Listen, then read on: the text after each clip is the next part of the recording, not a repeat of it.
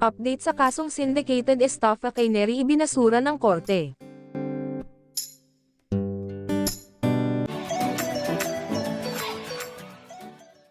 Abot langit ang pasasalamat ng pamilya ng aktres at negosyanteng si Neri Miranda matapos ibasura ng korte ang lahat ng kasong isinampa sa kanya kaugnay ng umano'y investment scam.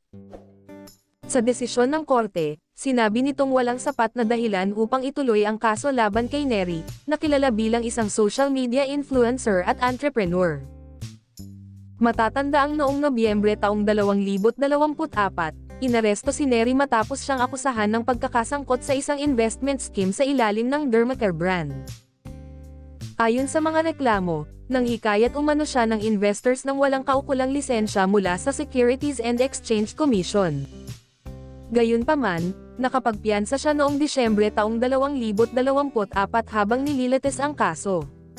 Lubos naman ang pasasalamat ng kampo ni Neri sa naging desisyon ng korte. Ayon sa kanyang legal counsel, napatunayang walang basehan ang mga paratang laban sa aktres.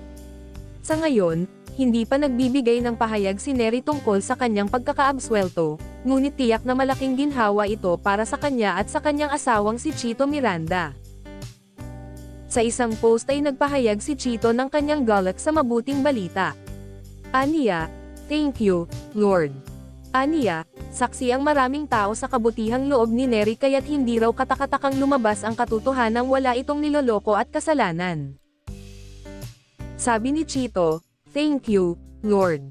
Mabuti na lang talaga na alam ni Lord ang buong katotohanan kaya never niya pinabayaan si Neri. Sobrang blessed din kami dahil the people who matter know the truth as well, and did everything they could to help and support her.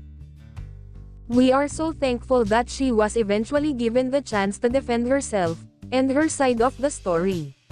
Maraming salamat po. Neri is such a kind and trustworthy person, and those who know her, know that." Alam din ng lahat na sobrang hardworking niya.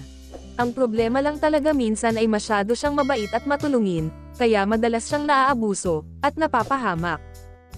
Pero kahit ganun, sobrang proud ako because Neri would always choose to be kind and fair, no matter how mean and unfair the world is, and kahit ano ang ibato sa kanya ng mundo, her integrity, at ang kanyang mabuting pagkatao, will always be intact.